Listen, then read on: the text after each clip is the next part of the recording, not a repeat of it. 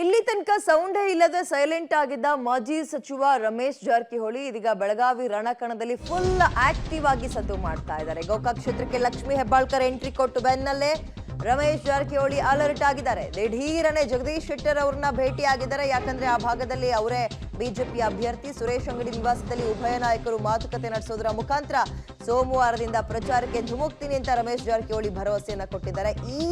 ಈಗ real fight ಜೋರಾಗ್ತಾ ಇದೆ, ಶುರುವಾಗ್ತಾ ಇದೆ.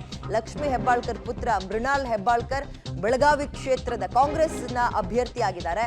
ಅದೇ ಬೆಳಗಾವಿಗೆ ಜಗದೀಶ್ ಶೆಟ್ಟರ್ ಅವ್ರನ್ನ ಮೈತ್ರಿ ಬಿಜೆಪಿ ಕಡೆಯಿಂದ ಅಭ್ಯರ್ಥಿ ಮಾಡಲಾಗಿದೆ.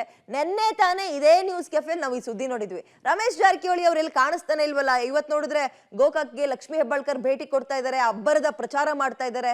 ರಮೇಶ್ ಜಾರಕಿಹೊಳಿ ಅವ್ರು ಯಾಕೆ ಸೈಲೆಂಟ್ ಆಗ್ಬಿಟ್ರು ಅಂತ ಮಾತಾಡಿದ್ವಿ. ಅದ್ರ ಬೆನ್ನಲ್ಲ ಇವತ್ತಿನ ಅಪ್ಡೇಟ್, ನಿನ್ನೆ ಆಗಿರೋ ಅಪ್ಡೇಟ್ ಏನಪ್ಪಾ ಅಂತ ಹೇಳಿದ್ರೆ, ಹೋಗಿದ್ದಾರೆ ಸುರೇಶ್ ಅಂಗಡಿ ಅವರ ನಿವಾಸದಲ್ಲಿ ಜಗದೀಶ್ ಶೆಟ್ಟರ್ ಮತ್ತು ರಮೇಶ್ ಜಾರಕಿಹೊಳಿ ಇಬ್ರು ಕೂತ್ಕೊಂಡು ಮಾತಾಡಿ, ನಡೀರಿ ಆಗಿದ್ದಾಗ್ಲಿ ನಾವು ಬರ್ತೀವಿ, ಪ್ರಚಾರವನ್ನ ಶುರು ಮಾಡೇ ಬಿಡೋಣ ಅಂತ ಒಂದ್ ರೀತಿ ಪ್ರಚಾರಕ್ಕೆ ಅಥವಾ ಪ್ರಚಾರದ ಕಣಕ್ಕೆ ಮತ್ತಷ್ಟು ಜೋಶ್ ತುಂಬಿದ್ದಾರೆ.